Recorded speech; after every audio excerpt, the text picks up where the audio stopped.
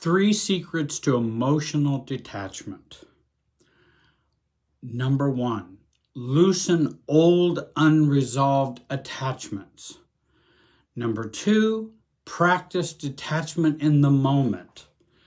And number 3, radically accept differences. Today's video is on loosening old unresolved detachments. People ask me all the time, Jerry, how can I get detached? I just feel so enmeshed and just feel so fused to other people and get reactive. And I know I'm looking for a detachment. I just don't know how to do it. I don't know when to do it. What am I asking about? What am I talking about when I talk about detachment? And that is when we emotionally are fused or operating with other people's emotional field or emotions or emotional system. When their emotional system and our emotional system are intertwined, then detachment is pulling away from that so that we can be ourselves and connected and allow them to be themselves and allow them to do whatever they're going to do. But we're going to be free in terms of the emotional attachment. So why does emotional attachment seem so difficult? Emotional detachment is not easy. And this is the bad news. It isn't easy, but it's a worthwhile battle. Another reason why it is difficult is because it's often out of our awareness and unconscious.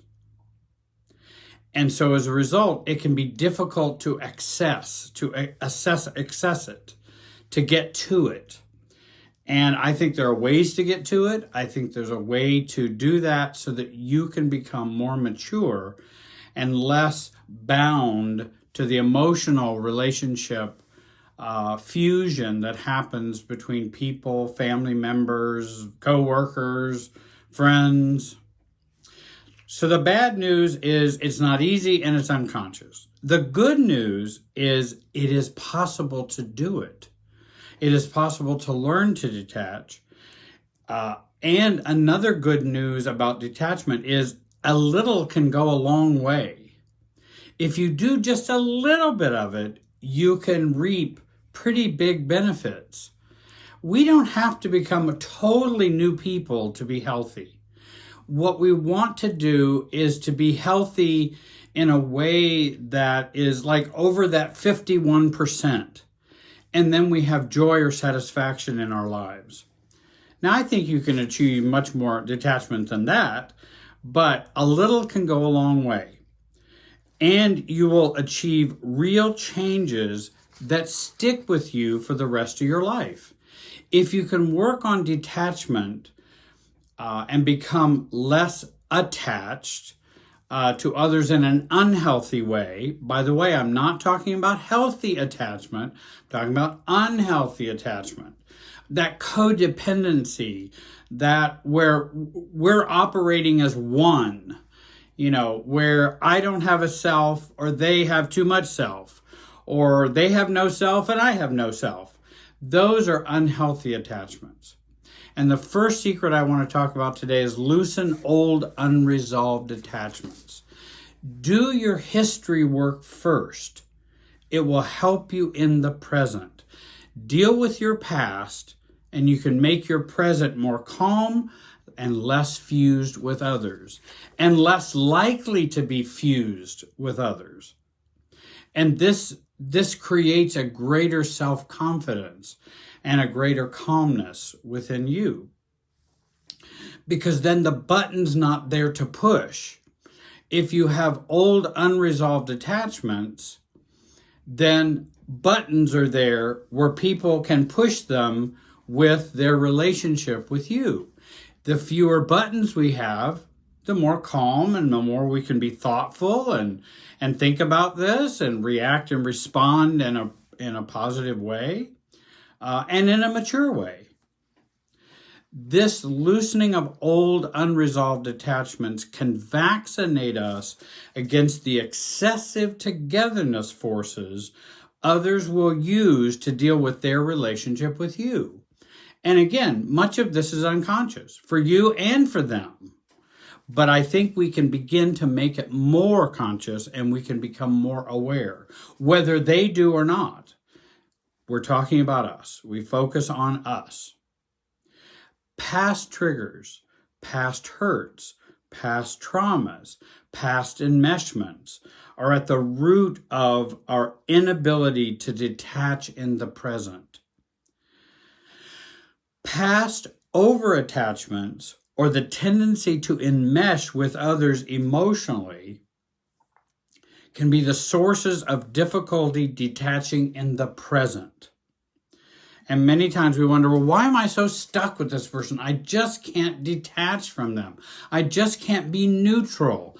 I just can't have as much of a self and allow them to be a self, their own self. I just can't do that. And again, it's because of those past things that we're not seeing or we haven't resolved. If you were enmeshed with your father or mother or siblings growing up, then we will probably experience, or you will experience, chronic anxiety for years or for all of your life. And you will be vulnerable to the inability to de-enmesh with partners, friends, spouses, children. And again, this chronic anxiety gets set up when someone is enmeshing and when someone is overly attached to someone. It creates chronic anxiety in us. Think about codependency. And I love codependency model. I'm certainly a recovering codependent. And I understand codependency, did codependency treatment in groups for years. And I like the term codependency. The only problem is I don't think the codependent model explains enough. That's my only complaint. It's a great term and it does describe many things. And it is a way to come out of denial, to learn about codependency, which saved my life for certain. When we are codependent or when we are enmeshed or when we're connected to those old past unresolved attachments, then we have chronic anxiety that goes throughout our life waiting to be pinged. And as soon as it's pinged, we then do this enmeshment thing because of what's in us.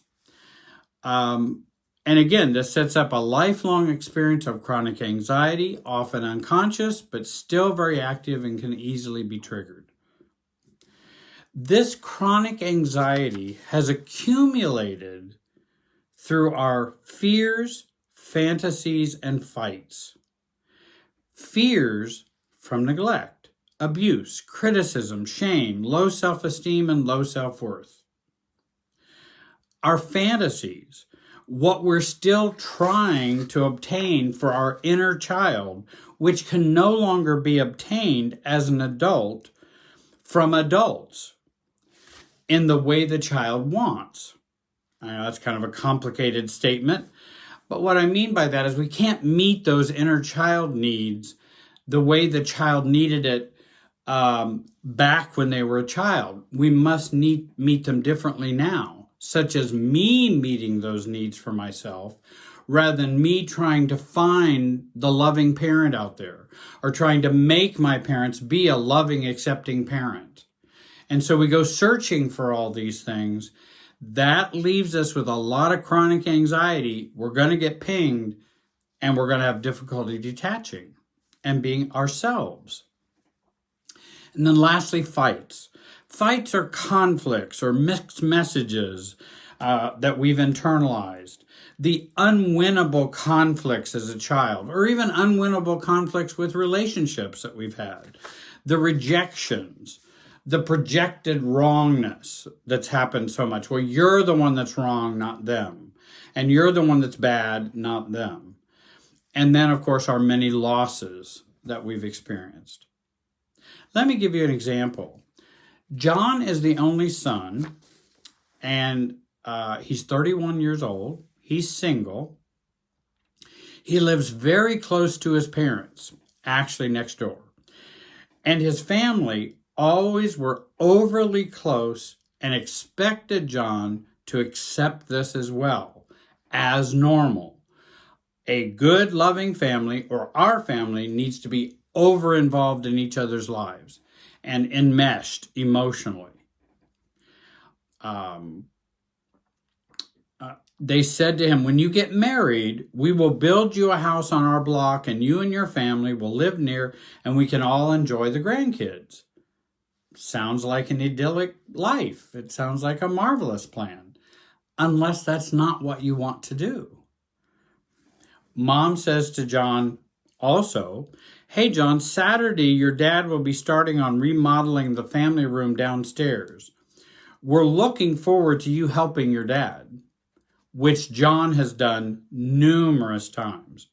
Not much having a life of his own and always working with dad because they like this closeness.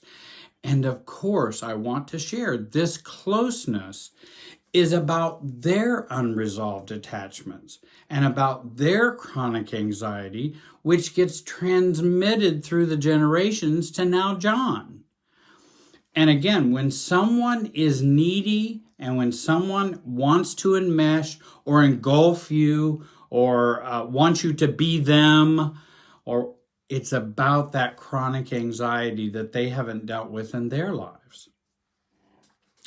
Now, John's decided he doesn't want to continue this pattern of just being an extension of the family of origin. He's actually a physician, financially independent, but still is expected to help dad do the project because that's what we do here in our family, and to spend most of his free time and weekends with the family. And this project, of course, is a way to do that. When he hears mom's statement, hey, dad's looking forward to you helping out this weekend, dad's going to start on remodeling the family room.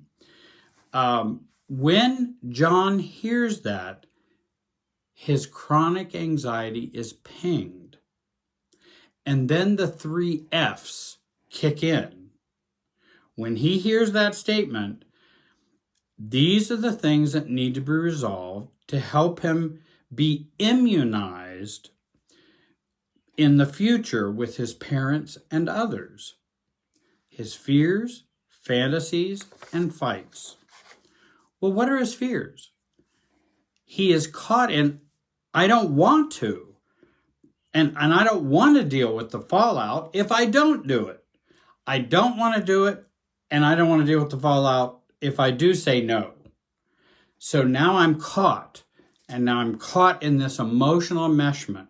There's only A, comply, be a people pleaser, and make everybody happy. Or B, say no or declare a sense of self or declare your own desires or wishes, and then have everybody hurt, confused, even angry, maybe critical, or maybe get lectures, or who knows, or some people get their financial support cut. There's all kinds of things that can happen from just saying, no, I'd rather not. John fears being rejected or feeling guilty for hurting his dad and mom's feelings. Because if he says no, they're going to feel hurt. And they're not going to understand, why would you say no? This is what we've always done. Are you just being kind of difficult now? And again, selfness often gets interpreted as just being difficult. And we don't realize, no, that's normal. I want to change the pattern and change how we interact. And I want it to include a self that's not going to feel comfortable to people who like it the other way. His fantasies, I talked about his fears, now his fantasies. His fantasies include, if I accommodate mom and dad or go along, I'll someday get my parents that I've always wanted, and they will give me unconditional love and acceptance if I just go along. Or they might even do the fantasy of, thank you so much for offering to help your dad and coming to help your dad, but we know you're busy with your life and you now have a girlfriend, and we understand if you want to spend that time doing that. And we love you no matter what. That's the kind of fantasy parents he's hoping for, or would try to pull out of them if he could possibly do it, by his compliance or by his going along. And you know how that works out. And lastly, his fights. He has this conflict with himself and his will versus what others want. What he would desire versus what others desire. And he doesn't like that conflict. So he resolves it with compliance. And guess what happens when we resolve it? We don't really resolve it. What we do is we just bring down our anxiety, our chronic anxiety. And that's why I'm saying if we deal with the chronic anxiety, we won't have to comply to bring that down, because we won't have that there pushing us into these A, B scenarios. If we deal with that chronic anxiety from the past, from our fears, fantasies, and fights, then we can discover option C. Rather than A and B, we can locate and find and offer an option C. In part of the fights that he feels, Jonathan, I just hate it when I hear my mom ask blah. I hate it when dad expects me to da da da da. I always have to accommodate dad. I feel like he doesn't want me to have my own life. I'm so mad I just can tell them, I'm so mad I just can't tell them what I would like. And if I did, they wouldn't respect me. And if I ask for what I want, say that I don't want to help dad with this major project, which will take up a lot of my time, then that's going to be a problem. If I say no, they will feel hurt and believe I am ungrateful for all they have done for me. And of course, you hear some of the guilt tripping in there. And that tells me, oh, there's guilt tripping going on. If you feel like, oh, then I'll be ungrateful. Well, I mean, certainly we can be grateful to our parents for the things they have done. But the issue becomes, when is the debt paid? When do we stop owing? And I think that's a big question for a lot of folks. And that owing is a part of that unresolved attachment. I owe them.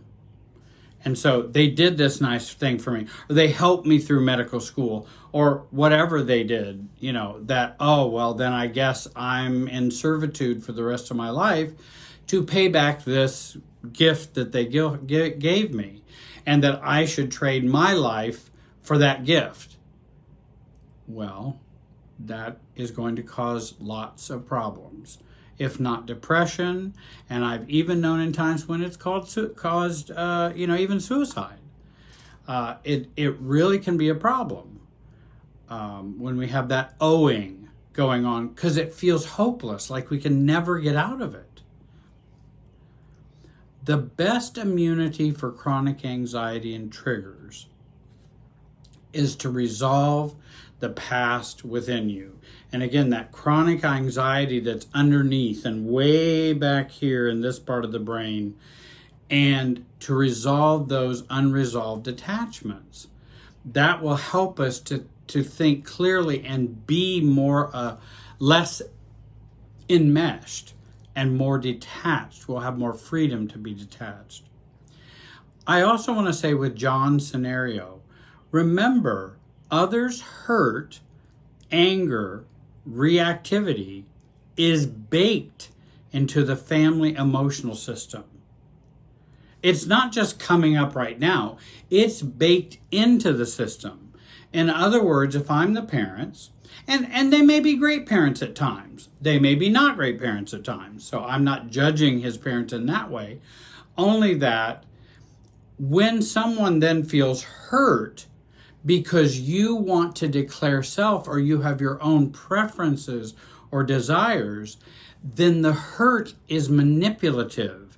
It's not real. It's what I'm supposed to feel, so you will change.